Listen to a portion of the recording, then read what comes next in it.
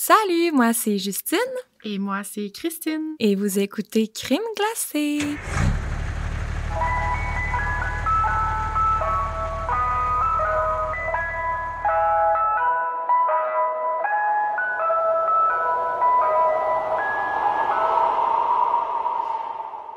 À chaque fois, je trouve notre intro hyper pas longue. Puis je suis comme...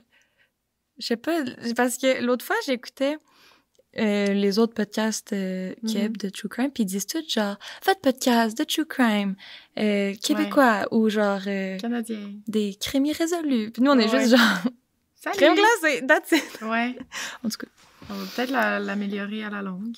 Rajouter des petits quelque chose. Elle est comme un peu... straight to the point, gars. OK. Allô tout le monde! Salut! J'espère que vous allez bien. Oui, merci d'être fidèle au poste, toujours à l'écoute. Oui, vraiment. En ce 11e épisode. Yes. C'est ça, on a eu des nouveaux petits copains qui se sont... des nouveaux petits cornets, en fait, qui se sont joints à nous dans les dernières semaines. Fait que on voulait vous souhaiter la bienvenue... Parmi nous. Parmi nous, oui. Bienvenue, cher cornet. Bienvenue dans notre camion de crème glacée. Je sais pas. Super louche. Ouais. Mais ouais, on est trop contente. On a eu un boost de beaux commentaires, de beaux messages par courriel. On a vraiment eu plein de monde qui nous ont écrit, puis ça nous a fait full du bien. On est vraiment contente. En plus, il fait soleil aujourd'hui. Oui. En tout cas, moi, je suis de bonne humeur. Il fait beau. Puis on voit le soleil passer à travers de notre cabane. Oui. Parce qu'on est encore en direct de notre cabane.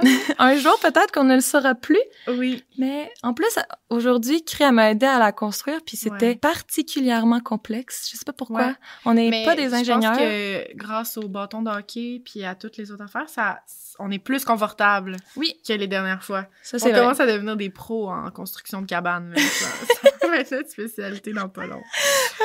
Mais ouais. Mais c'est ça, on voulait encore vous remercier. On le fait à chaque épisode, mais on dirait que c'est encore assez récent pour que on vous prenne pas pour acquis, justement. Puis on est full contente de tous vous avoir parmi nous. Ouais, pas du tout. On s'attendait pas à avoir autant d'auditeurs en aussi peu de temps. Là. Ben oui. C'est fourette. Crime, t'avais-tu d'autres... on a-tu d'autres choses à dire avant de se lancer dans le vif du sujet? Ben non, on peut y aller. On peut y aller. Tu peux nous dire... C'est à toi de nous raconter aujourd'hui ton histoire et tout, fait que je t'écoute. Parfait. Je vais commencer par ma petite saveur du jour, notre petite tradition. Donc, ma saveur du jour, tu me diras ça t'inspire. Mais en fait, ça le dit vraiment dans le nom, là. C'est un peu boring, là. Je m'excuse à tous pour aujourd'hui. J'avais pas tellement de saveur de crème glacée, mais c'est pas grave. C'est la première qui me vient en tête quand je pense au cas. Ce serait une crème glacée, caramel et fleur de sel.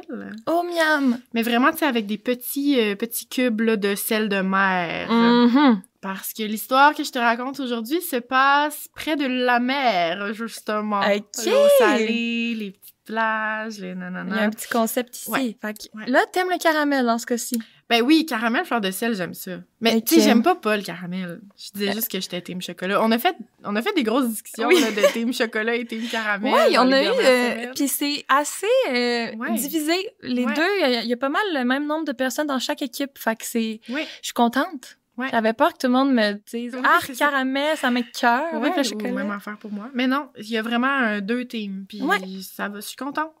Mais tu sais, caramel, fleur de sel, j'aime ça. Là. Ben oui. C'est pas la même chose qu'un sundae. Non. Ouais. Donc, oui, c'est ça, une saveur qui rappelle un peu le sel de mer, l'océan, tout ça. Puis je te parle aussi d'une histoire canadienne. Ouh! Ça se passe pas au Québec, mais ça se passe dans les Maritimes, donc dans les régions, dans une autre province, mais ouais. Alors, je me lance droit au but. Let's go, plongeons. Je vais te parler d'une histoire qui se passe au Nouveau-Brunswick. Puis je sais qu'on a des auditrices aussi du Nouveau-Brunswick qui nous avaient écrit dans les dernières semaines. Vous me direz si vous écoutez ce podcast-là, si jamais cette histoire vous rappelle des mauvais souvenirs ou si vous étiez trop jeune ou en tout cas. Je vais te raconter l'histoire de Alan Légère, le monstre de Miramichi. J'imagine que tu as déjà entendu parler de cette histoire-là.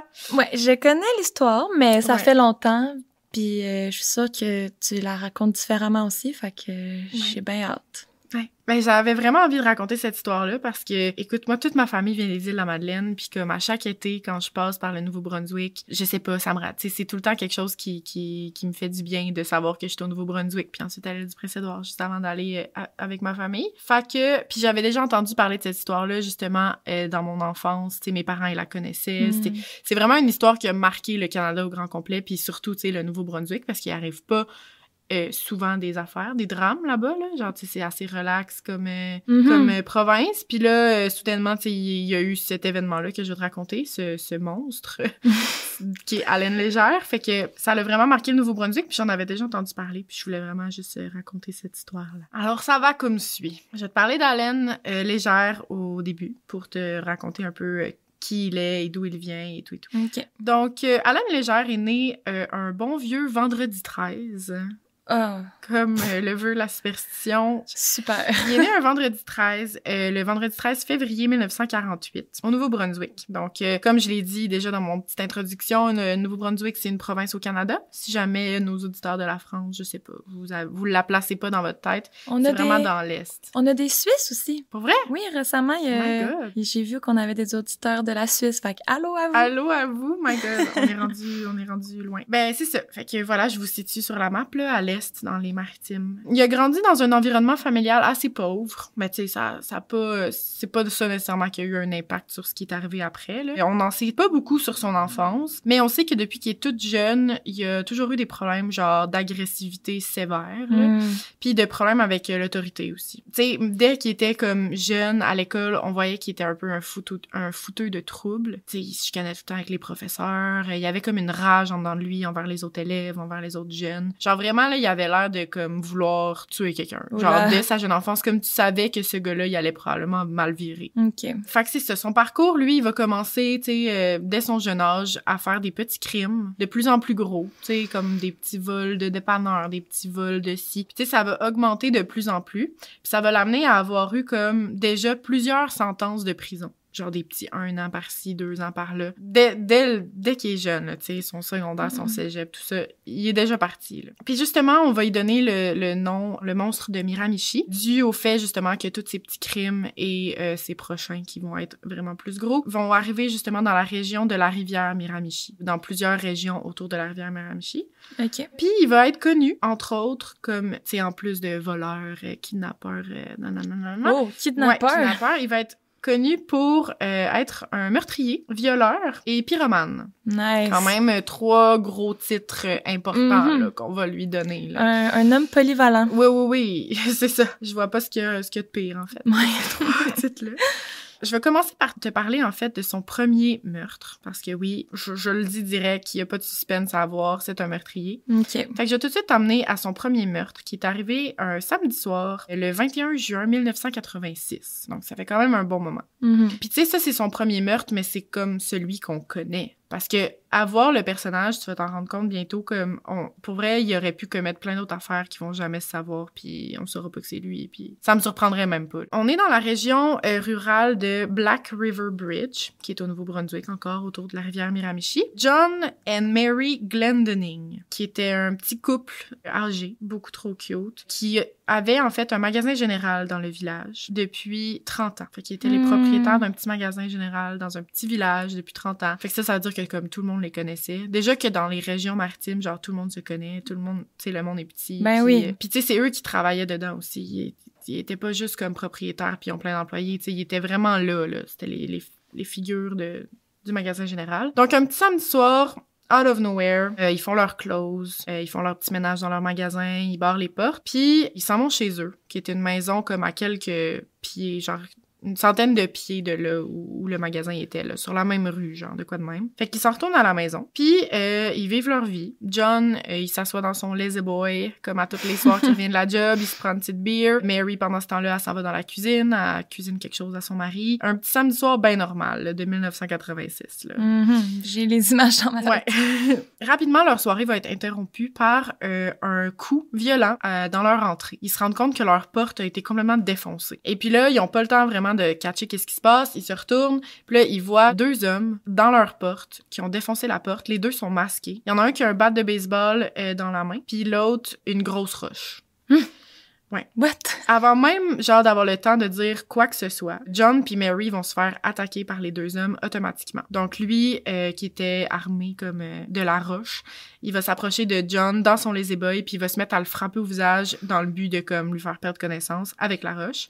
Pendant ce temps-là, l'autre homme va aller dans la cuisine avec Mary, puis il va l'attacher sur une chaise, puis commencer à la battre aussi. Voyons donc, c'est bien random. Ouais, c'est vraiment random. Ensuite de ça, un troisième homme rentre sur les lieux pendant que les deux sont déjà en train de se faire battre. Un homme vraiment costaud, genre un gros gars, là. Puis il arrive en silence, calmement. Lui, il a pas de masque, genre il vit sa vie. Puis il fait juste regarder simplement, genre le couple, genre un à un, qui se font battre. Puis, tu sais, les gens, tu sais, Mary, mettons, elle a eu le temps de le voir, là, tu sais, puis elle voyait qu'il le regardait, puis fait juste rentrer de même, tu sais, très calme. Puis là, ce qui va arriver ensuite, petit trigger warning, tu sais, c'est vraiment pas facile à entendre, mais l'homme qui bat John dans le divan va le battre comme avec la roche, mais à maintes et maintes reprises, là, assez pour que son visage, il soit plus reconnaissable du tout. Puis, de son côté, le troisième homme qui est entré, lui, qu'on voit son visage, il va agresser sexuellement Mary devant, comme, son mari qui est en train de se faire battre. Puis, il va la battre en même temps, même chose, genre à grands coups de poing. Pauvre Mary. L'homme va ensuite, le troisième homme, dans le fond, il va ensuite leur demander d'accéder à leur coffre-fort pour tout voler leur argent. Genre, il va essayer de trouver une façon de faire ça. Puis là, finalement, après un certain temps, Mary, qui se fait comme agresser sexuellement puis battre à maintes reprises, elle va perdre connaissance. John aussi va perdre connaissance. Puis c'est à ce moment-là que les hommes vont juste quitter. OK. Ah, c'est tellement bizarre. Ouais. Vraiment, là, out of nowhere, comme... Ouais. Juste de la pure violence, sans nom, pour comme aucune raison. Mary va, un moment donné, dans l'histoire, reprendre conscience quand les hommes sont partis. Puis elle va réussir à appeler la police du mieux qu'elle peut. Tu sais, elle est plus attachée sur la chaise de la cuisine, mais elle est rendue comme dans la chambre. Puis elle va juste genre essayer d'appeler la police du mieux qu'elle peut. Tu sais, lui, leur raconter, en fait, le plus possible ce qui est arrivé, le fait que son mari s'est fait battre, elle aussi, elle va parler de son viol, de ses coups, du vol qu'elle essayait de faire, puis que là, en ce moment, genre, à l'heure qu'on se parle, comme elle va dire, j'ai vraiment l'impression que je vais mourir, là. Tu sais, elle sait pas s'ils vont revenir, elle sait pas si elle est en train de se vider de son sang, comme, venez-vous-en rapidement parce que j'ai l'impression que je vais mourir, tu sais. Oh my God. Puis elle a aucune idée, les hommes sont rendus où, tu sais, elle a perdu connaissance. Quand la police va enfin arriver, ils vont trouver Mary couchée par terre dans une chambre au 2e étage. Ils l'avaient vraiment laissée pour morte. Genre, eux, ils étaient convaincus qu'il l'avait tuée. Mais par chance, elle était toujours en vie à ce moment-là, quand ils sont arrivés. Donc, elle avait de la misère à respirer, mais elle était encore en vie. Elle avait tellement le visage défiguré par les coups qu'elle avait reçus que c'était impossible de l'identifier. Genre, les gens ont vraiment eu de la misère, comme elle était pas reconnaissable. Ses cheveux, sa face, tout. Oh my God.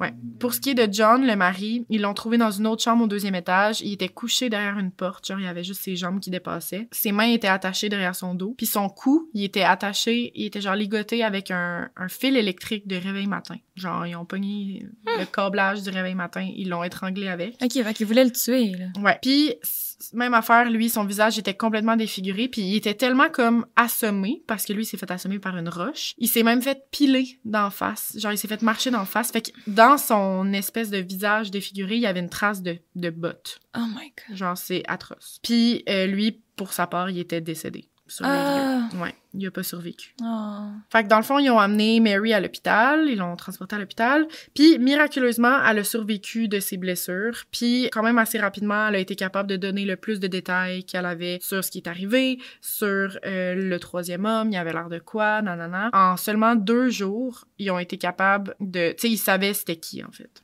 OK. Fait que dans le fond, c'est 3 monstres de Miramichi. Ben, non, c'est ça que tu vas... C'est ça, non. OK. Ben, 3 monstres. Ça reste que les 2 autres dudes sont vraiment violents aussi, là. Tu sais, ils ont comme tué quelqu'un, là. Ouais. Fait que c'est ça, tu sais, elle donne une bonne description, puis ça prend vraiment pas longtemps qu'ils sont capables de catcher un peu c'est qui ont fait ça. Parce qu'on s'entend, c'est ça, le Nouveau-Brunswick, c'est petit, tout le monde se connaît, tu sais un peu, genre, les gangs, tu sais, qui font des mauvais coups, les gens un peu plus sketch du village, tu sais, tout le monde se connaît. Juste petite parenthèse, justement, les jeunes qui étaient avec Légère ce soir-là, Légère, lui, il était un peu plus vieux, à ce moment-là, il avait 38 ans, puis il était accompagné de 2 autres hommes qui, eux, avaient l'air vraiment plus jeunes, là. Je sais pas exactement leur âge, mais tu sais, ils étaient comme dans la vingtaine, là. OK. Max, début trentaine. Puis c'était clairement Alan, le gars pas de masque, là? Ouais, c'est ça, c'était Alan, le gars pas de masque. Mais c'est ça, il était déjà connu justement des autorités puis du village parce que comme je te dis, genre les gens, ils connaissaient un peu les gangs de rue puis les gens qui faisaient de la merde dans le coin. Puis c'était ça, dans le fond, c'était comme une gang de rue qui existait. Je sais pas c'est quoi leur nom, mais il y était quand même plusieurs puis leur leader, c'était Alan Léger.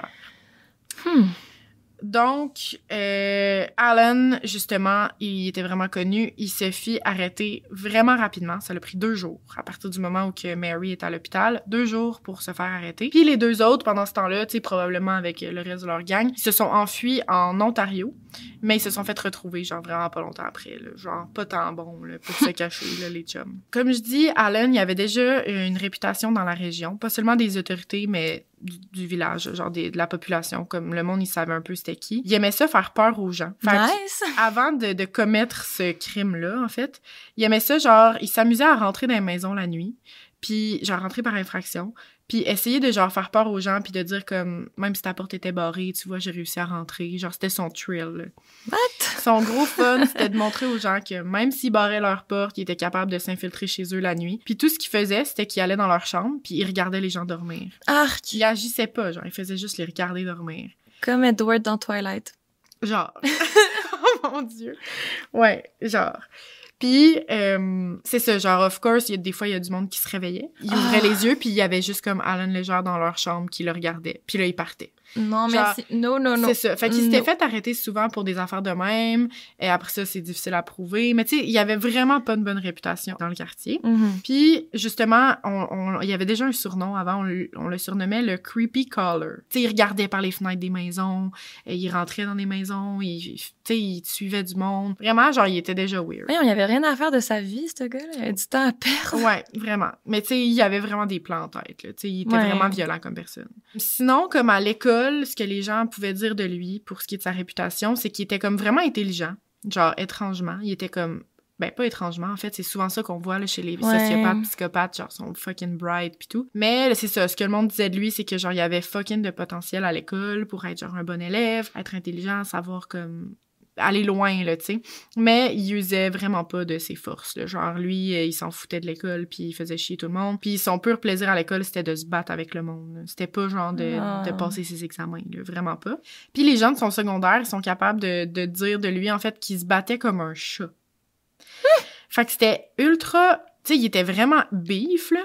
Mais genre, la façon de se battre, c'était genre de graffiner les gens d'en face, de mordre le monde. Il les pitchait à terre, il se roulait avec eux. Tu sais, vraiment, là, genre comme un chat. Genre, il criait, il était vraiment super agressif.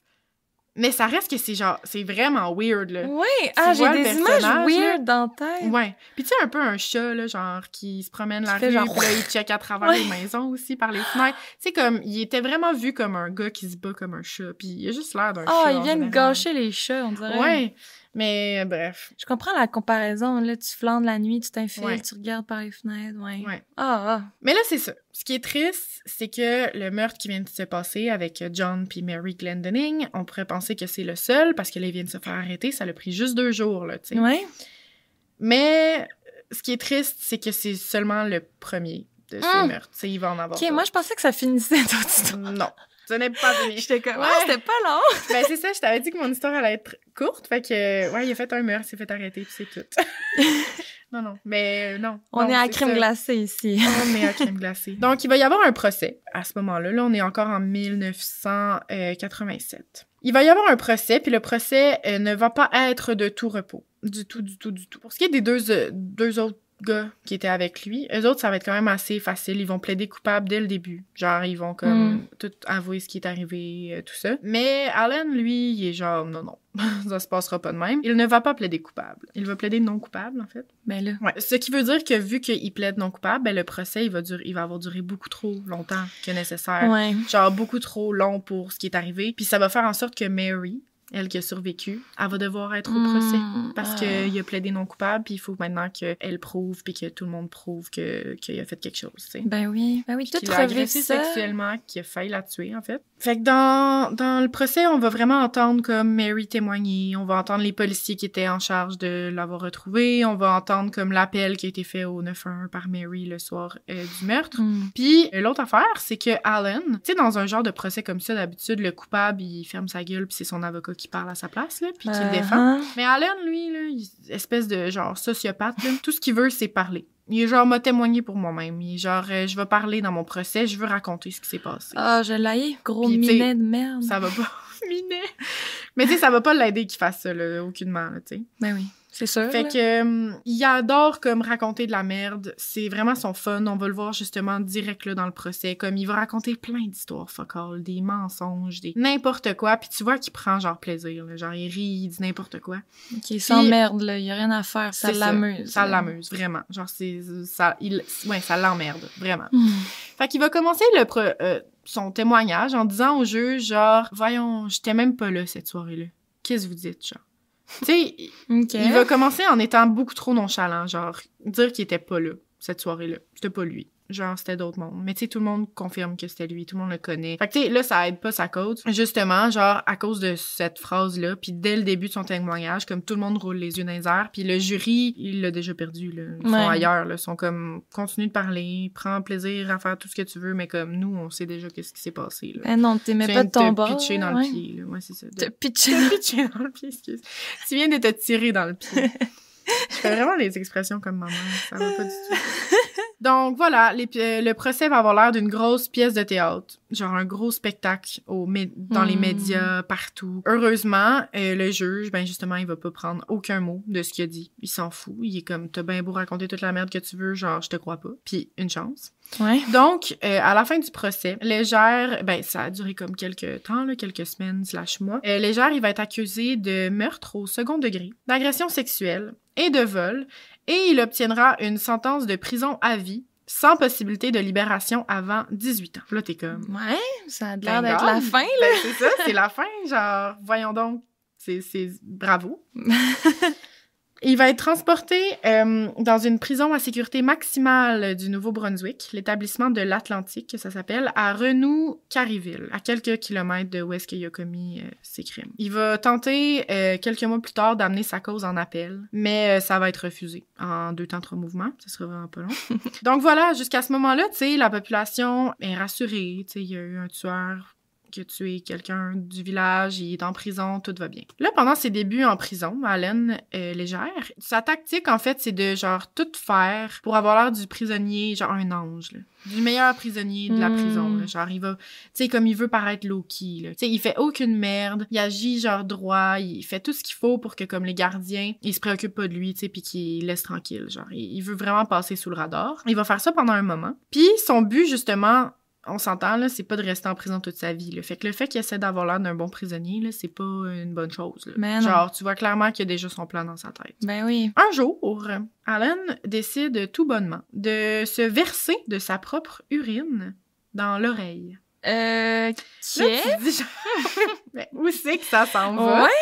Genre, pourquoi? Bref, je sais pas comment il a pensé à ça, pourquoi c'est ça son plan, il aurait pu faire n'importe quoi d'autre, mais il s'est versé de l'urine dans l'oreille, comme ça, tu sais, il a l'air de rien, lui, il continue à vivre sa vie, il a l'air de pas s'être blessé, rien du tout, sauf qu'il va développer une infection dans l'oreille à cause de ça. À qui il est? Il est vraiment whack. De toutes les manières d'aller à l'hôpital... Quoi? Ouais, fait qu'il va développer une infection à l'oreille, puis ben tu sais ça va durer quelques temps, là il va commencer à souffrir à un moment donné de son oreille, tu sais. Puis après un moment, tu sais, il va réussir à convaincre les gardiens de sécurité qu'il a vraiment besoin d'aller à l'hôpital parce que son oreille elle fait mal, puis qu'il y a vraiment une grosse infection, puis tout. Bref, on sait déjà c'est quoi son but là en allant à l'hôpital. Oui, ça me fait penser à la série Prison Break là. Ouais. Fait que là je t'amène au 3 mai 1989. Donc, seulement 2 ans après le début de son emprisonnement. Oh non! 2 ans qu'il est en prison, le pauvre. Le pauvre. Le pauvre. Alan Légère se fait emmener à l'hôpital Dr. Georges L. Dumont à Moncton. Un hôpital, by the way, qu'il connaît comme le fond de sa poche, parce qu'il est allé souvent, parce qu'il a déjà habité à Moncton, donc une ville aussi qu'il connaît comme le fond de sa poche. Donc, il va partir de la prison avec des agents de la GRC. Mais ce que les agents ne savaient pas encore, c'est qu'avant de partir, Alan, il y avait plus d'un tour dans son sac. Il a caché encore là, ces estis de façon de fonctionner, j'y comprends pas en tout, là, genre de se pisser dans l'oreille, puis ce qu'il va faire là. Il est crazy. Mais il a pris une antenne de télévision, puis il se l'est rentré dans le cul. Il s'est caché une antenne de télévision dans le cul. Dans le trou de pète. Dans le trou de pète, avant de partir. Comme c'est ça, long, en plus. Il est pas encore menotté, tu sais, il est dans la prison, il fait ça, blablabla. Là, quand il se fait menotter pour se faire ramener dans le transport, il y a comme 3 heures de route à faire, quelque chose de même, là. Ou peut-être pas 3 heures, mais tu sais, il y a un petit moment à faire de route. Ouais. Puis là, lui, il a une antenne dans le cul pendant ce temps-là, je te rappelle. Oh là là. Alors, pendant la route vers l'hôpital, lui, il va utiliser l'antenne pour débarrer ses menottes. Hey, Saint-Cybole. Genre, OK, genre pas cool parce que, I guess, ça a fonctionné, mais ouais. c'est pas très glorieux comme méthode, tu sais, Non, c'est pas non, très non. badass. Tout comme se pisser dans l'oreille pour aller à Ouais, l'hôpital. c'est vraiment... Pourquoi utiliser tes excréments dans chacune de tes étapes, là? Je sais pas. Fait que bref, il réussit à s'enlever les menottes, mais il va les garder autour de ses bras pour faire comme si de rien n'était, tu sais, parce que quand il va arriver à l'hôpital, il faut quand même qu'il sorte. Ouais. Il va faire ça low-key. Un coup, arrivé à l'hôpital, avec ses menottes semi-attachées dans son dos, il va dire, en fait, aux agents puis aux infirmières qui l'accompagnent qu'il a besoin d'aller à la salle de bain. Sauf que là, grave erreur de la part des agents de la GRC et des infirmières, ils vont le laisser rentrer dans la cabine de la salle de bain tout seul.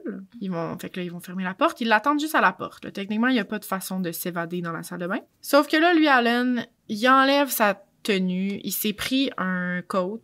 Genre, il s'était rangé un coat aussi qu'il avait amené en dessous de ses vêtements, de quoi de même. Il fait juste se mettre un manteau, il enlève ses menottes, puis il défonce la porte de la salle de bain. Fait que là, il fait juste comme arriver face à face avec les gardes, qu'eux autres, ils s'attendent fuck all à qu'est-ce qui se passe.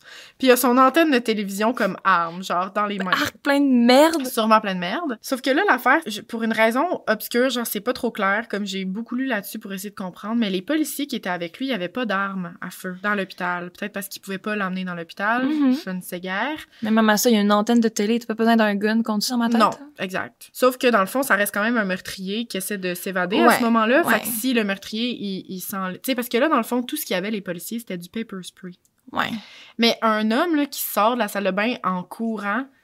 De dos, le pepper spray, le policier est censé être comme formé pour justement lui tirer à un endroit où il va pas le tuer, mais qu'il l'arrête. Là. Ça reste un meurtrier en liberté là, en ce moment. Là. Ben oui. Mais ton pepper spray va pas faire grand-chose. Non. À part genre pitcher ça partout sur ta route, là. Puis le recevoir dans les yeux parce que tu cours. Là, c'est ça. Pitcher devant toi puis rentrer dedans après. Là. Ouais. Fait qu'il va réussir à courir tout l'hôpital, à sortir de l'hôpital. Eh bien, il va courir dans le stationnement. Personne l'a attrapé? Non, parce même que le monde ne comprenne pas ce qui se passe, ça va vite, ils comprennent pas trop. Ouais. Personne l'attrape à ce moment-là, tout le monde y court après. Il va arriver dans le stationnement, il va prendre une femme qui était juste là dans son stationnement, qui venait de se parquer, il va la prendre en otage, comme, puis il va dire « Donne-moi tes clés de char, embarque dans le char », il va prendre la voiture de la madame, puis il va partir. Oh my God, what the hell? Ouais. Fait que là, tout ça, ça se passe vite. T'sais, il a quand même pris la fille en otage, il a pris sa voiture, blablabla. Il va réussir à parcourir une certaine distance sans se faire pogner. Il roule vite, il se fait pas pogner. Il va dropper le char quelque part, puis il va se mettre à courir dans les bois. Puis il va juste disparaître dans la forêt. Et voilà, il s'est évadé. Ah non, voir que ça a marché. Voir que ça a fonctionné. Évasion réussie, là, à la légère. Là. Donc là, à ce moment-là, pas besoin de te dire que tous les policiers, tout le monde, toute la population complète, c'est comme la chasse à l'homme, elle commence maintenant. Là. Tout le monde sont là-dessus. Là. Sont comme, il y a un prisonnier fucking dangereux qui a tué quelqu'un vraiment violemment, tu sais, puis qui a essayé d'en tuer 2. Puis là, il est dans le bois. Quelque part, puis on n'a aucune idée où, tu sais. Oui, la chasse à l'homme commence, mais à ce moment-là, comme toute la population du Nouveau-Brunswick panique, là, genre ils vont être en mode peur complètement. Puis même l'île du Prince-Édouard qui est super proche, puis la Nouvelle-Écosse, comme tout le monde autour sont sur ses gardes, là, sont comme, ils pourraient arriver à tout moment, qu'est-ce qui se passe, tu sais, puis ils pourraient vraiment refaire, là, ça fait juste 2 ans, là, ce gars-là, il a pas compris, là, il s'évade, là, tu sais. Ouais, puis aussi, c'est que ces crimes, ils sont comme pas, il y a pas de logique, là, c'est pas comme juste, il y a pas comme une cible en particulier, il a l'air juste de vouloir faire peur, puis s'en foutre. Imagine, genre, t'habites dans ce coin-là, à ce moment-là. Comment tu te sens? Genre, de juste savoir qu'il y a quelqu'un qui court dans le... Genre, moi, je voudrais plus sortir de chez nous, là. Non. Puis imagine aussi Mary, qui a survécu, là. Ça fait juste 2 ans, là, elle pense que son quasi-meurtrier et le meurtrier de son mari est en prison, puis là, genre, elle apprend qu'il est libre, là. Genre, elle devait paniquer sa vie, là. Donc, pendant que les recherches y commencent pour trouver le détenu évadé de prison, les enquêteurs de l'affaire vont réussir à revoir comme les 2 jeunes qui avaient été avec pour le soir du meurtre, puis ils vont comme y parler pour essayer de comprendre genre qui est Légère, puis comment ça c'est un, tu sais, quel est ce monstre, genre, qui il est, comment qu'on fait pour le récupérer, tu sais, où est-ce qu'il... En tout cas. Fait qu'ils essaient de trouver le plus d'informations possible, donc ils vont leur poser des questions. Puis les 2 hommes, qui sont déjà en prison, tu sais, qui sont déjà arrêtés, ils vont dire que eux autres même, ils s'attendaient pas pantoute à ce que Alan y tue le monde à l'intérieur. Genre, eux autres, selon comme ce qu'ils faisaient déjà dans leur gang de rue, ils pensaient vraiment que le seul but, c'était comme de battre comme légèrement... Excuse, pour pas faire un jeu de mots. Excuse.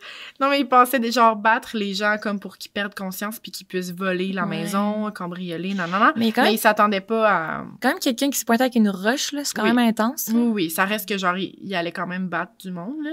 Mais tu sais, eux sont en prison, mais ils disent genre jamais on pensait qu'Alan allait les tuer. Genre, ils disent justement que leur but, c'était tout simplement de rentrer par infraction dans une maison, les cambrioler, partir avec leur char, au minimum, genre, au maximum, whatever, puis fini, là. Donc là, c'est là, à ce moment-là, que les policiers vont comprendre, genre, comment qu'ils parlent, tu sais, à quel point, comme, la rage de Légère est quelque chose, là. Il va recommencer, là, tu sais. C'est ça, genre, il y a rien qui va les rassurer, là, dans tout ce qu'ils vont savoir comme information, surtout que ça fait juste 2 ans, là, qu'il est emprisonné, là, il a pas le temps d'apprendre rien. Mais non. Donc là, le temps, il passe un peu. Puis là, à un certain moment, il y a un appel au 911 qui se fait pendant une nuit. Random, pour dire qu'il y a un feu dans une épicerie. What? La propriétaire de 75 ans, petite madame trop mignonne, Annie Flame, elle s'occupait de son magasin depuis les années 30, la fin des années 30. Fait que ça fait hyper longtemps, là. Elle a 75 ans. C'est toujours elle qui s'occupe de son épicerie. Elle est tout le temps assise derrière le comptoir. Tous les gens du village la connaissent. Mais là, on voit un peu un espèce de... similitude avec la première fois, là. Annie Flame, elle habitait dans l'appartement qui était situé en haut de son épicerie avec sa sœur Nina Flame, une autre petite madame trop cute. À ce moment-là, on est le 29 mai 89, donc presque un mois après son invasion. Il s'est rien passé pendant un mois, tout le monde est sa panique, personne ne l'a trouvé encore. Puis là, il arrive un feu à une épicerie. Les pompiers, ils arrivent sur les lieux, puis ils se rendent compte que le feu, il provient pas de l'épicerie, mais de l'appartement qui est au-dessus de l'épicerie. Donc là, tu sais, ils comprennent pas trop, tu sais, 2 petites madames qui possèdent une épicerie depuis full longtemps sont comme, qu'est-ce qui se passe? C'est un feu. Tu sais, d'autres, ils pensent pas tout de suite, genre, Alan Légère, là, tu sais, genre, ça reste que le mois a passé, puis là, ils sont comme, c'est un feu, ça arrive, là, il y en a souvent, là. Fait qu'eux autres, ils rentrent sur les lieux pour faire leur job de pompier puis sauver les gens qui sont à l'intérieur. Sauf que là, ils vont tomber sur une scène, c'est pas juste un petit feu, là. C'est pas un incendie, là. C'est complètement autre chose. Ils vont ouvrir la porte, puis c'est des escaliers là, qui montent au 2e. Puis ils vont tomber face à face avec Nina, qui est la sœur de Annie qui travaille à l'épicerie. Puis elle est en train de ramper pour essayer de descendre les escaliers puis de sortir de la maison. Puis son corps est tellement brûlé qu'elle a l'air complètement nue. Mais elle a une jaquette sur elle. C'est juste que la jaquette, elle a genre fondu dans sa peau. Oh my God! Tellement elle est brûlée, là. C'est la première image qu'ils voient en rentrant dans l'appartement. Par contre, comparativement à Annie, Nina, en ce moment, c'est rien. Comme, elle est encore en vie, mais c'est rien. Ils vont monter en haut, puis ils vont tomber sur Annie, qui est morte, déjà. Elle est décédée. Puis elle aussi est tellement brûlée qu'elle est pas reconnaissable du tout, là. Elle est brûlée, son corps au complet. Puis Nina, quant à elle, à date, elle respire encore, puis ben là, ça va pas bien, là. J'allais dire tout va bien, mais elle respire encore. Elle n'est pas décédée. Imagine, t'as 75 ans, t'as vécu toute ta belle petite vie sans problème, puis tu finis de même.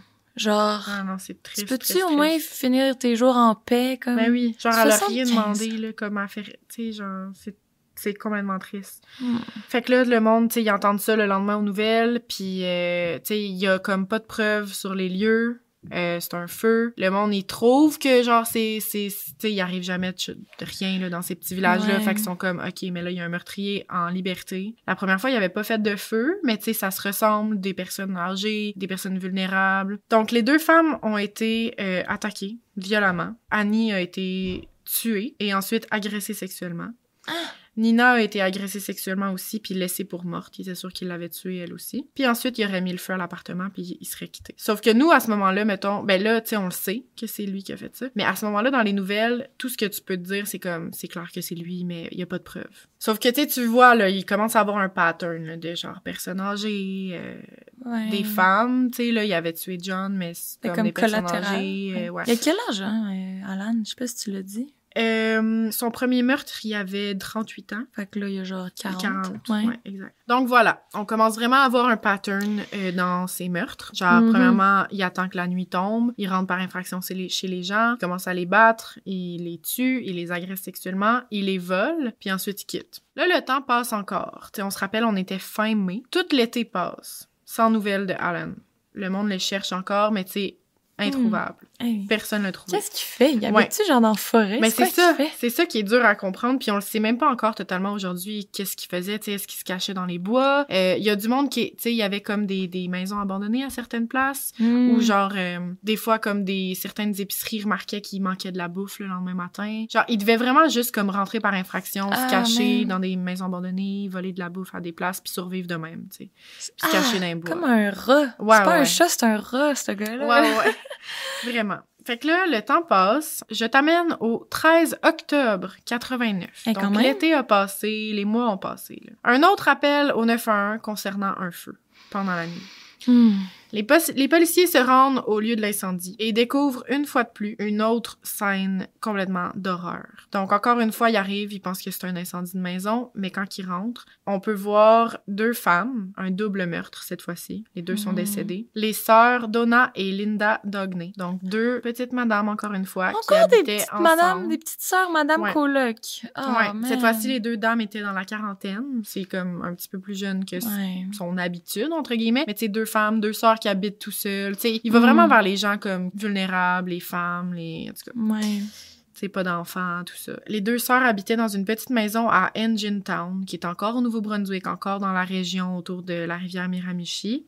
Même secteur. Les policiers, dès qu'ils vont rentrer, vont trouver les 2 corps sur les lieux. Et puis là, ce qui s'est passé, Donna, la première sœur, était à la maison cette nuit-là. Puis, quant à sa sœur Linda, elle était sortie pour la soirée. Toute la soirée, pendant que Donna était tout seul à la maison, Alan avait déjà comme observé. C'est sûr qu'il les avait observés depuis longtemps puis qu'il savait c'était eux ses prochaines victimes. Fait que toute la soirée, Alan, il était à travers la fenêtre, dehors, puis il regardait Donna. Il faisait juste la regarder vivre, genre. Sauf que là, à un certain moment, Linda, elle revient de sa soirée, puis elle tombe face à face avec Alan dehors, puis elle le reconnaît automatiquement. Elle a pas eu la chance de comme le voir au loin, à voir qu'il y a quelqu'un qui regarde par sa fenêtre, comprendre qu'est-ce qui se passe, se cacher, tu sais, appeler Donna, faire quelque chose, elle a pas eu le temps, elle est tombée face à face avec lui. Donc, à ce moment-là, il commence à directement battre Linda jusqu'à ce qu'elle perde connaissance puis qu'elle tombe dans la cour. Il va la laisser là, puis là, à ce moment-là, il a comme plus le choix, là, il est comme j'agis. Genre, s'il prévoyait pas agir, tu sais, comme je t'ai dit, ça se peut que ça fait genre plusieurs semaines là, qu'il la regarde par la fenêtre puis que là, tu sais, on le sait pas. Fait qu'il va laisser Linda inconsciente dehors dans la cour, puis il va rentrer à l'intérieur, puis là, il est comme, bon, ben là, j'ai tout mon temps, tu sais, Linda est dehors, là, tu sais.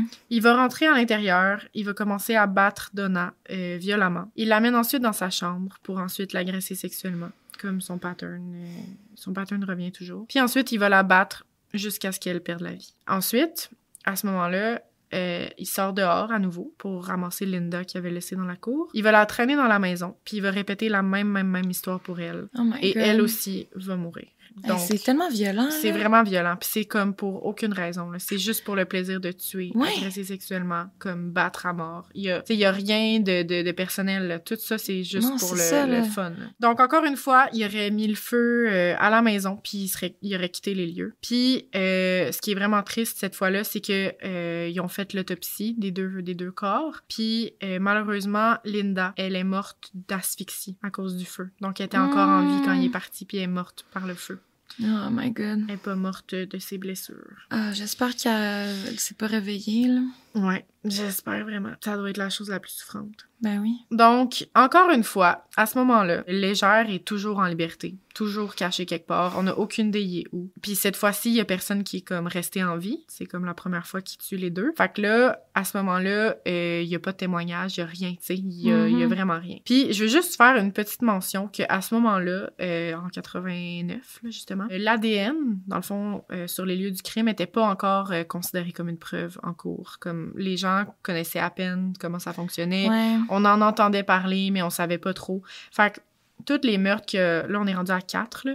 Toutes les 4 victimes qu'il a faites à date, tu sais, comme, il a peut-être laissé des choses sur les lieux, tu sais, comme le premier meurtre, il y avait sa trace de soulier d'en face du monsieur, tu sais. Ouais. Puis après ça, genre, tout, bref, ce qu'il aurait pu laisser sur les lieux. Une agression sexuelle, ça laisse des traces. Hein? Aussi, tu sais. Puis à date, ben, ça a comme pas vraiment fait sa place encore en Amérique du Nord. Mais tu sais, ils ont quand même récolté des trucs sur les lieux du crime depuis le début, depuis leur premier meurtre, mais à date, c'est pas vraiment parlé, puis c'est pas valable en cours. Fait que c'est ça. OK. Petite parenthèse. Ensuite, ben, on se rappelle, là, on était le 13 octobre. Fait que dans les semaines qui suivent, là, c'est la panique totale parce que là, ça avait pas arrivé de l'été, plus ça réarrive. Puis là, on est proche de l'Halloween. Puis la panique dans Miramichi est installée au complet. Genre, les gens, ils ont peur de sortir de leur maison, là, complètement, là, comme... C'est fou qu'ils l'aient pas trouvé. Non. Il me semble, c'est toujours pas, là. Il reste clairement dans la ville, là. Fait que tu, je sais pas, tu défonces toutes les portes des maisons. Genre des gens qui l'aperçoivent quelque part ou, tu sais, des témoins, je sais pas. C'est vraiment bizarre. Les mois passent, puis personne n'a trouvé. Fait que là, les gens, ils ont peur de sortir de leur maison. Puis même que, justement, Halloween de cette année-là, de 89, au Nouveau-Brunswick, va être cancellé. Genre... Puis, tu sais, là, on s'entend, là, nous, on l'a entendu, là, une fois, là, genre à cause de la pandémie, là, que l'Halloween a été comme... Personne... Mais, ouais, là, les gens, à cette époque-là, là, ils comprennent pas, là. Halloween cancellé, là. Imagine les enfants, là, genre, eux autres, ils se disent quoi? Mais comme, oui! Ils doivent entendre plein d'affaires à l'école. Tu sais, il y a sûrement des parents qui en parlaient à leurs enfants pour leur dire comme il y a un monstre qui court. Il y a sûrement des parents qui essayaient de pas trop en parler pour pas apeurer leurs enfants. Mais dans tous les cas, comme ils devaient s'en parler à l'école, puis le monde commençait, tu sais. Tu sais, il me semble, genre, à l'âge que tu te rends compte que comme t'as peur des monstres, là, puis que t'as peur du boogeyman ou de n'importe quoi, ben si jamais t'entends parler de ça à l'école, là, tu t'imagines la même affaire, là. T'es très bien capable de comprendre comme un enfant qu'il y a un monstre qui court dans ta ville, là, puis tu dois paniquer. Hey, c'est traumatisant. Puis là, c'est ça, il n'y a pas d'Halloween qui se donne. Les gens de la ville vont ouvrir comme des centres communautaires, puis les gens vont y aller le jour, en char, en groupe, pour aller chercher des bonbons dans les centres communautaires. Pour que les enfants puissent quand même, genre, avoir le trip de comme manger des bonbons, puis que ce soit une journée heureuse, mais genre, il n'y aura pas de porte-à-porte qui se donne. Ah, ben ok, c'est bien. Ouais. C'est cute, malgré la situation. Ouais. Genre, à ce moment-là, comme je te dis, les gens, ils sortent plus le soir de leur maison. Si jamais ils ont à sortir, ils vont en groupe. Tout le monde ont genre développé des réflexes de genre rentrer chez eux à plusieurs puis comme checker dans les garde-robes, checker sous les lits, checker partout. Tu sais, comme ils rentrent dans leur maison puis ils sont même pas certains qu'il y a pas déjà quelqu'un dans leur maison, là. Tu sais, parce qu'ils rentrent par infraction même quand c'est barré, là. Fait que les réflexes de même se pognent, les gens commencent à avoir peur. Il y a même des gens qui ont commencé à se procurer des scanners qui appellent. C'est comme des, je sais pas, des radios en fait qui peuvent scanner les fréquences puis d'aller sur les fréquences de la police pour écouter comme les nouvelles en live, là. Genre c'est même plus juste comme les nouvelles qui passent à la télé, c'est comme la radio constante de la police pour comme être au courant des moindres faits et gestes, des recherches qu'ils font pis tout, là. Ouais. Une maison sur deux, même plus en fait, là, quasiment tout le monde avait comme des scanners dans leur maison, là, pendant cette époque-là. C'est complètement fou. Puis là, finalement, Halloween passe. Cette soirée-là, c'était comme la soirée qu'ils redoutaient le plus, là. Ils se disaient, c'est sûr qu'il va arriver quelque chose à quelqu'un, c'est sûr qu'on va se réveiller demain matin puis il va y avoir un appel au 911 qui s'est donné. Mais là, finalement, il arrive rien. Le temps continue à passer, puis là, les gens sont comme un peu soulagés qu'il se soit rien passé cette soirée-là, mais tu sais, il est encore en liberté, tu sais, fait que c'est dur à comprendre. Même pas un mois plus tard, le 24 novembre 1989, un autre drame survient au Nouveau-Brunswick, à Chatham Head, encore dans la région de Miramichi. Ce soir-là, Alan, il aurait été vu par quelqu'un dans la rue. Puis il y aurait quelqu'un qui aurait appelé la police pour dire comme, je suis sûre que j'ai vu Alan Légère. Genre, je pense que je l'ai croisé comme sur un pont, puis j'y ai dit salut, genre. Il m'a dit salut, puis genre, je suis sûre que c'est lui, genre, de quoi de même. What? Genre, il aurait dit comme bonsoir, puis comme, le gars, il est genre, je suis convaincu que c'est Alan Légère, genre, je suis convaincu. Fait que là, la police, genre le RCMP, genre le RCMP, Royal Canadian Mounted Police, genre, je sais pas la trop, police là. montée?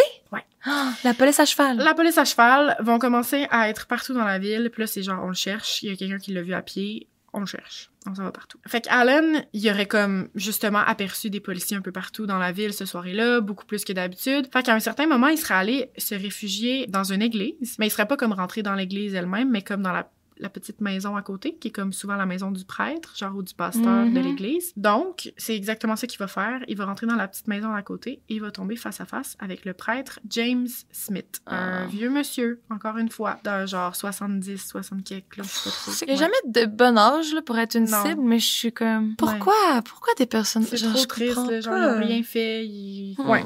Donc, il va tomber face à face avec le prêtre James Smith. Une personne âgée, mais cette fois-ci, c'est comme un homme, mais comme on peut voir croire c'est parce que c'était comme pas prévu, là. Il avait comme pas prévu, je pense. Il avait peut-être pas regardé ce monsieur-là là, pendant longtemps comme il faisait avec les femmes. Sauf que là, cette fois-ci, pour une raison obscure, c'est 1000 fois plus violent que les autres fois. Déjà que ça l'était, là, tu sais, à chaque fois, les gens étaient défigurés, Mais là, il l'aurait battu au point où, dans le fond, il l'aurait battu dans la cuisine de sa maison. Puis au point où il y avait du sang à la grandeur de la cuisine. Genre, il y avait une mare de sang sur le plancher, sur les murs, au plafond. Il y en avait partout. Il serait monté sur lui, il l'aurait battu, il l'aurait poignardé avec un couteau, puis il aurait brisé toutes ses côtes en le frappant, jusqu'à ce que ses côtes se détachent de son sternum. Ah!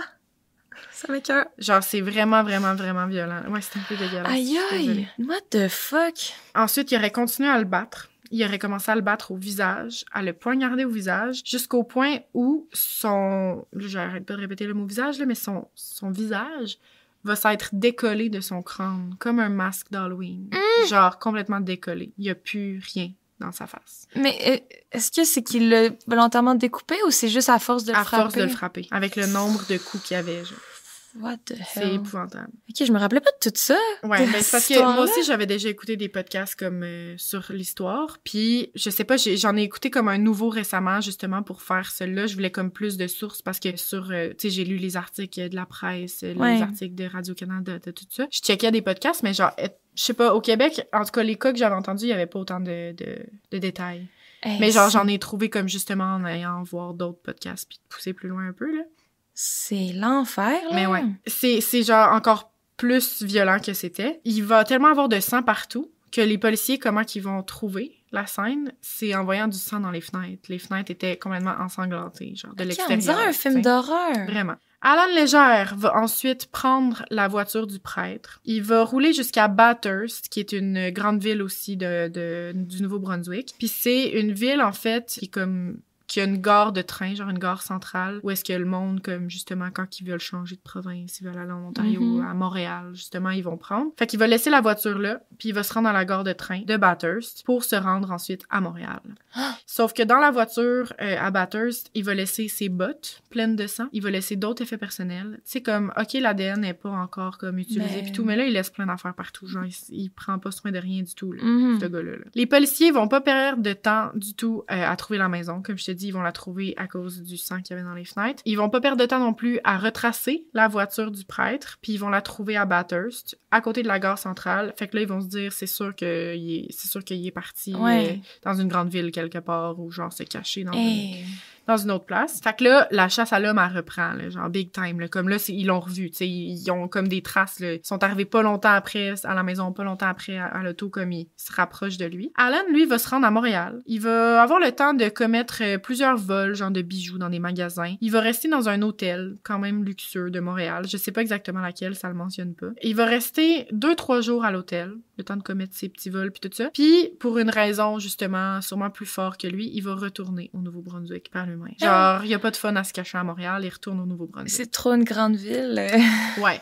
Puis tu sais, comme il veut, justement, tu sais, il faisait tout le temps ses meurtres au même endroit, comme il y en avait sûrement d'autres de prévus. Il retourne par lui-même au Nouveau-Brunswick. Je pense qu'il aimait terroriser la population. C'est ça. Puis là, à Montréal, il était plus personne, ou genre... Ouais, ça allait peut-être plus passer dans le beurre. Puis peut-être qu'il y avait comme... Sûrement pas qu'il voulait se faire prendre, mais de savoir l'espèce de thrill de comme qui est recherché. C'est comme... Il s'est rendu à St. John's, au Nouveau-Brunswick. Je pense qu'il a repris le train, ou je sais pas trop. Puis tu sais, encore là, je suis comme, à quel point, dans ces années-là, c'était pas checké, genre, qu'ils prennent le train, puis que personne le reconnaisse, genre. Ouais, dans ma tête, t'appelles toutes les gares canadiennes avec une photo, puis genre un homme recherché, là, il me semble, c'est... Donc, il se rend à St. John's. Il va s'asseoir dans un petit bar de la ville de St. John's, au Nouveau-Brunswick, puis il va se mettre à écrire une lettre d'aveu, genre une lettre de comme je sais pas trop. Puis cette lettre-là, elle va être conservée pour la cour, puis elle va aussi être dans un livre. Il y a genre un auteur, en fait, qui a écrit un livre par rapport à lui, puis il y en a eu plein, là, après, là, il y a eu une série aussi, tout ça. Mais la lettre, elle va être genre vraiment conservée, puis elle va être dans le livre tel quel, que j'essaierai de retrouver le nom. Ensuite, il va partir du bar, et là, il se dit, je retourne à Miramichi. Il va prendre un taxi. Et là, à ce moment-là, de St. John's, il est à 3 heures de route de la région où il voulait se rendre. Pendant sa route... En taxi? En taxi. 3 heures? Un taxi. Ouais, pendant 3 heures de taxi. Le chauffeur est game, genre, il part de St. John's, qui est comme pas loin, je pense, de l'île du Prince-Édouard, si je me trompe pas. Ouais.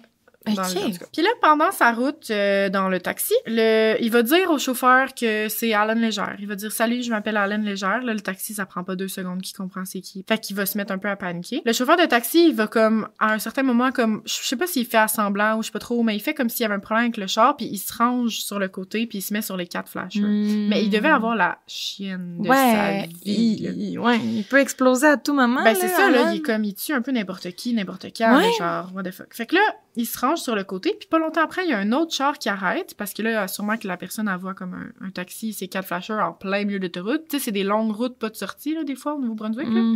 Puis la femme qui va s'arrêter à côté du chauffeur de taxi pour lui demander qu'est-ce qui se passe, c'est une femme du RCMP, qui travaille, mais qui était pas on duty, là, cette journée-là. Ouais. OK, c'est quoi les odds? Une police montée.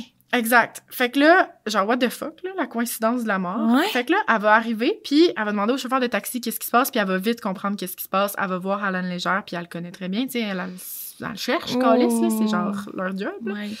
Puis là, Alan, il va sortir, il va les prendre les deux en otage, il va leur dire de s'asseoir en arrière, parce que lui, il est armé, mais pas eux. Tu sais, elle travaille pas, la fille. Que ça finissait. Non, ça finissait pas tout de tabarnak. suite. Il va les installer en arrière de la voiture, puis il va dire, si vous parlez, si vous essayez de vous enfuir, si vous faites quoi que ce soit, je vous tue. Fait que...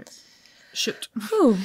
Il va continuer sa route avec le char de taxi. Puis, à un moment donné, il va s'arrêter à une station-service. Parce que là, il n'y a plus de gaz, of course, après 3 heures de route. Ouais. Il va encore menacer le chauffeur de taxi puis la femme du RCMP. Puis il va leur dire, encore une fois, je prends les clés avec moi, je barre le char. Si vous essayez de sortir, je vous tue. Vous restez là.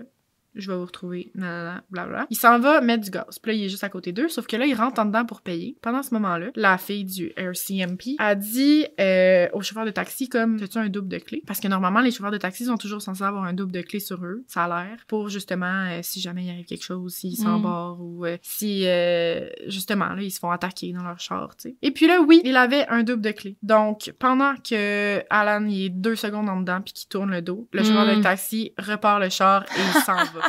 Fait qu'eux autres, mais tu sais, ils paniquent parce que, tu sais, la fille, elle travaille dans la police, puis là, elle est comme, OK, mais on le laisse quand même tout seul, là. Ouais, il y a vraiment des fortes chances en faisant ça, c'est risqué, là, que ce gars-là... il pète un plomb. Il redisparaisse dans la forêt encore pour des mois, puis qu'il retue d'autres mondes, tu sais. Fait que c'était risqué, mais c'était comme là, à ce moment-là, leur vie était en danger. Puis la seule façon, c'était de s'en aller, puis d'appeler des backups, justement, là. Tu sais, ils ont tout de suite appelé la police pour dire, il est à tel dépanneur, nanana, suivez-le, blablabla. Alan, il arrive dans le stationnement, il vient de payer, l'auto est plus là.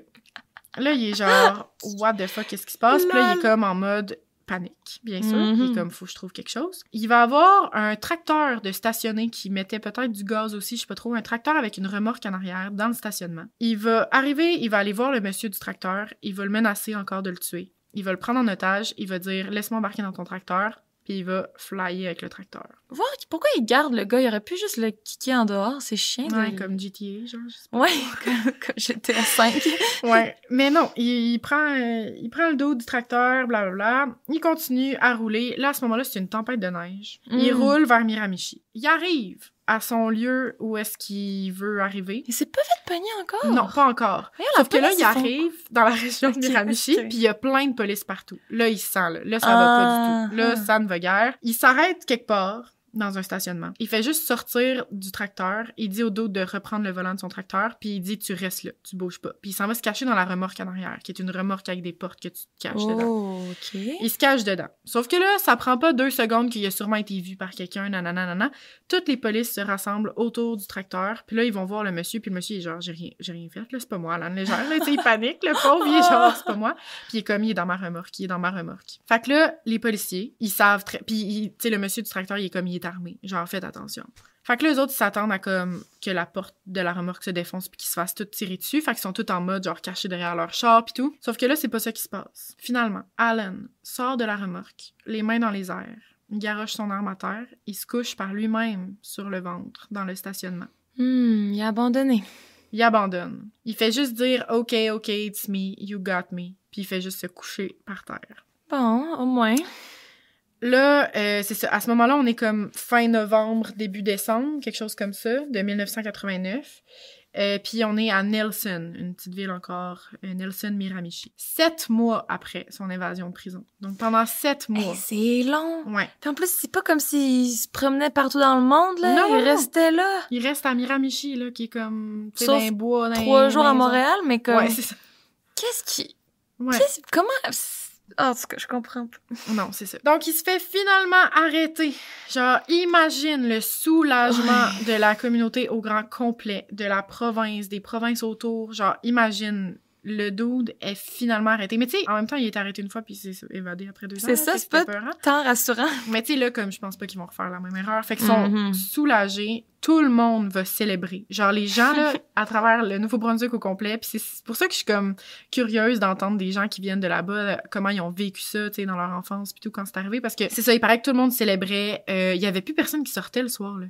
Les villes étaient mortes, là. Puis là, dès son arrestation, les bars, ils réouvrent, le monde, ils remplissent les bars, le monde, ils célèbrent, le monde, ils fêtent, comme les gens, ils recommencent à vivre, ils recommencent à sortir, les enfants recommencent à jouer dans les rues, c'est comme si c'était un énorme poids qui est comme enlevé de leurs épaules.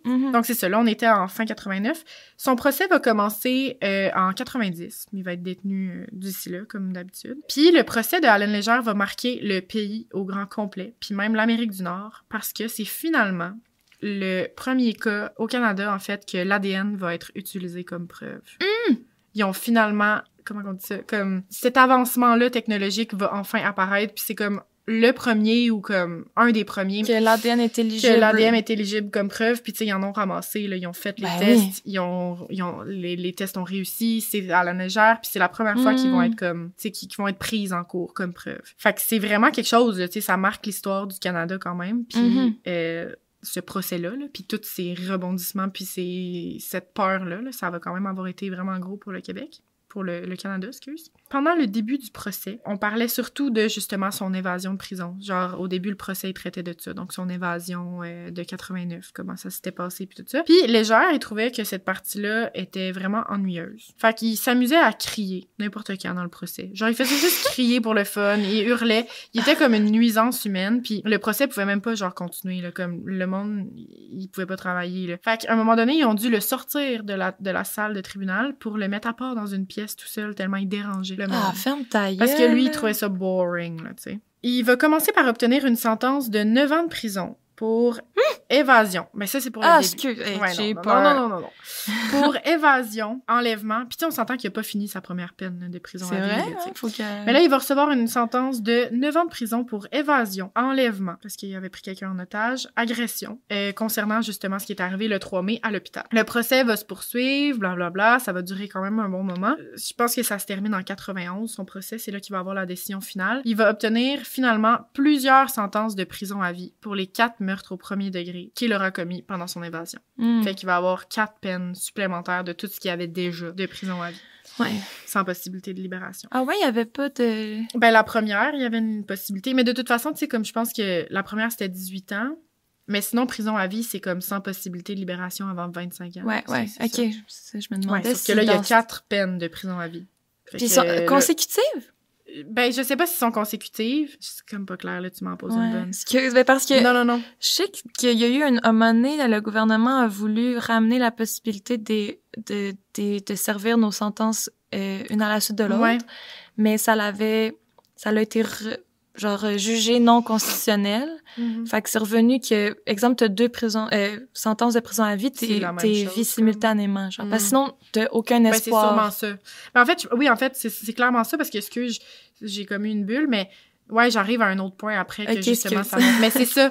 Oui. Ça veut dire que la première, ben, c'était après 18 ans, mais là, c'est comme prison à vie. Puis, ouais, ça doit être 4 en même temps qui sert, mais 25 ans. Parce que contrairement aux États-Unis, je pense qu'au Canada, ils disent c'est inhumain d'avoir aucun espoir de sortie, puis ça fait qu'en prison, le monde sont déchaînés parce qu'ils sont comme anyway, je suis ici pour toujours. Tandis que s'ils ont espoir de sortir après 25 ans, ils vont peut-être être plus enclins à se réhabiliter, genre. Oui, c'est ça, je comprends. OK, ben oui, c'est clairement ça. Mais, ouais. C'est clairement ça. Fait qu'il y a eu prison à vie. Ouais, ben c'est tout correct, là. Mais j'avoue que lui, il aurait peut-être mérité des vivre consécutivement. Ouais, peut-être. Mais dans tous les cas, garde, je pense pas qu'il va sortir, tu sais. Non, c'est ça. Bref, le nombre de sentences qu'il y a eu, même s'ils sont tous en même temps, comme ça montre à quel point c'est un esti de fou, là. Ben oui, sociopathe, puis c'est ça. Fun fact, je sais pas à quel point c'est fun, en fait, c'est vraiment pas fun, mais pendant le procès, il a vécu un peu le même genre de truc que Ted Bundy, Charles Manson. Genre, il y avait des groupies. Genre, le monde tripait dessus. Plein de femmes qui tripaient dessus pendant son procès, qui écrivaient, qui envoyaient des lettres, qui voulaient se marier avec, qui voulaient sortir avec. Genre, il y avait plein de... Comme, c'est juste un petit fun fact, là, mais ouais. Get a life! Ce dude a vécu ça. Durant son procès. Puis durant ses années en prison, là, j'imagine que ça dure encore peut-être, je sais pas. Il est encore en vie? Oui. Oh! En 2005, Alan Légère se fera transférer au pénitencier canadien de sécurité super maximum, qu'on appelle le CHU, le SHU, à Sainte-Anne-des-Plaines, au Québec. Il est encore là à ce jour, d'ailleurs. Pourquoi toutes les pires prisons sont au Québec, me semble? On a tous les pires criminels. Oui, je sais pas. Donc, il est encore là, à ce jour. Depuis 2015, il est éligible à une remise en liberté. Il a fait une demande en 2021. Les 2 commissaires qui étaient en charge de prendre la décision, ils ont délibéré pendant 20 minutes et ils ont fait « ben non, ça se pourra pas ». Genre, c'était unanime, ça a été refusé. Donc, aujourd'hui, Alan Légère a 76 ans. 76. Et on lui souhaite de finir ses jours en prison. Dans d'atroces souffrances. Mais... On va lâcher ça de même, dans d'atroces souffrances. Oui, oui. Mais OK, dans ma tête, ça allait être un vieux crouton, mais 76 ans, tu sais, tu peux toffer un autre 10 ans certain, là. Ben oui. Genre, mettons qu'il sortirait live, je serais pas plus en sécurité, là, même non. si je sais qu'il a 76 ans, là. Et en plus, c'est l'âge de ses victimes, là. Je suis comme... Ouais. Il mérite pas de vivre plus longtemps que ses victimes. En effet. Mais ouais! Hey, OK. Donc, il aura fait 5 victimes au total. C'est beaucoup, c'est fou, puis c'est violent, puis... OK, je me rappelais pas de toute l'histoire. Je savais qu'il rôdait autour de la rivière, comme. Ouais. Mais j'avais oublié que ça avait duré 7 mois en cavale. J'en reviens pas qu'ils l'ont pas pogné. Non, c'est fou, là. Puis dans ma tête, c'est petit. 7 mois de calvaire, là. C'est pas pour rien, là. Ça l'a encore, tu sais, ça marque encore, là, l'histoire du Nouveau-Brunswick, cette histoire-là, là. C'est comme l'histoire la plus épeurante, probablement, qui leur sont arrivés, là, tu sais. Ben, 7 mois à pas sortir de chez vous le soir, puis genre avoir peur à chaque fois que tu vas te coucher, que genre tu te réveilles puis qu'il y a quelqu'un qui te regarde, là. C'est long, là. Qui te tue, justement, là. Hey. Non, c'est atroce, là. Puis c'est genre tout près de chez nous, là. Genre... Ouais.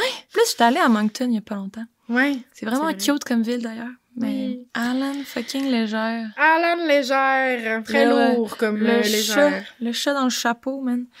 Le rat, en fait. Le rat. Oui, et voilà, c'était mon histoire. Hey, finalement, c'était une longue histoire. Ouais, ça a duré combien de temps? 1h15. OK, mais moi, à chaque fois que je pense que ça va prendre 30 minutes, je parle pendant 1 heure et quelques. Mais parce que on était à 30 minutes à la fin du premier meurtre environ. Fait que là, j'étais genre, OK, c'est pas que c'est correct juste un meurtre, aussi que c'est moins grave, mais j'étais comme, c'est vrai, c'était une courte histoire. Finalement, c'était que le début, là. Ce n'était que le début. Mais tu sais, c'est ça, genre après ça, c'est en tout cas, j'aurais pu genre m'attarder encore plus aux victimes, mais tu sais, ça fait longtemps, on n'en connaît pas beaucoup trop. Mais oui. Puis, tu sais, il y avait quand même le même, genre, ça reste un tueur en série, là, il a commis 5 meurtres, puis il allait tout le temps vers des gens full vulnérables qui ont rien demandé. Ouais, gros dégueu. Mais voilà! OK, ben, merci, Cri, de nous avoir raconté ça. J'ai pas beaucoup parlé, je pense, parce que j'étais comme obnubilée par l'histoire. C'est bien correct. Écoute, j'espère que vous aviez... Je sais pas si vous aviez déjà entendu cette histoire-là, sûrement. J'ai comme l'impression que ça fait quand même partie de nos histoires les plus importantes au Québec, là. Au Canada, excuse. Ben oui, Québec aussi. C'est dans ma tête, c'est tellement proche. Mais ouais, au Canada, puis c'est super proche de nous, fait que j'imagine que vous en avez déjà entendu parler, mais j'espère que vous avez appris peut-être des nouveaux petits détails, ou ben que... Ben, pour moi, oui, là. Que c'est ça. Ouais. Mais tant mieux. Merci d'être à l'écoute encore. Ben oui. On vous aime, nos cornets d'amour. Oui. Puis, mais attends, t'as-tu comme un teaser pour la semaine prochaine? Oui, on parce le fait que jamais. On avait arrêté de le faire, on a juste oublié. Je pense qu'on oublie maintenant de vous dire un peu, genre, mais on un petit teaser. OK, ben là, je pense que certains vont deviner. OK. Mais c'est en lien avec quelque chose qui est arrivé récemment. Ça va être ça, mon teaser. Fait que c'est de quoi de très récent ou qui a un lien avec de quoi de très récent. C'est-tu canadien ou c'est pas canadien? Non, c'est pas canadien. Je vais pas dire que c'est où parce que je vais pas trop... OK, non, c'est bon. Okay. Mais non, c'est pas canadien. Récemment. OK, j'ai hâte de savoir. Ouais. Mais ouais, on essaiera de recommencer à faire des petits teasers de temps en temps. Moi, j'aime ça quand les gens en font. Ça me donne... ça me reste accroché. Comme là, je suis accrochée. Là, j'ai hâte de savoir qu'est-ce qui s'est passé récemment. OK, faut pas oublier. Ouais. OK, ben sinon, on est toujours très actives et actifs. En fait, non, juste actives, on est deux filles. Ouais. Et bref, on est très actifs encore sur Instagram et Facebook, Gmail aussi. Puis vous pouvez nous suivre à Crème Glacée Podcast. N'hésitez pas à nous écrire tout ce que vous avez envie. Là, on reçoit plein de petites histoires, anecdotes, des suggestions, des gens qui font juste comme nous parler parce que, tu sais, puis c'est cool parce qu'on commence à vraiment comme revoir les mêmes visages. Oui! Des gens qui continuent à nous parler. Fait que on vous connaît un petit peu plus. Fait que c'est quand même cool. Puis continuez à le faire. On aime vraiment ça. Oui, la semaine prochaine, j'ai un petit courrier glacé. J'aime ça appeler ça de même. Là. On a quelqu'un qui nous a écrit. Je vais lire un petit courrier glacé. Ah, j'ai hâte N'hésitez pas à nous en envoyer. Là. Ça peut être anonyme ou on vous nomme si ça vous tente. Là. Ouais. Ça nous fait plaisir. J'ai hâte de savoir de qui tu parles. On dirait que je suis comme, je l'ai-tu lu? C'était par... c'est par Gmail. J'ai pas beaucoup de chance de non, je pense que c'était un DMs. En tout cas.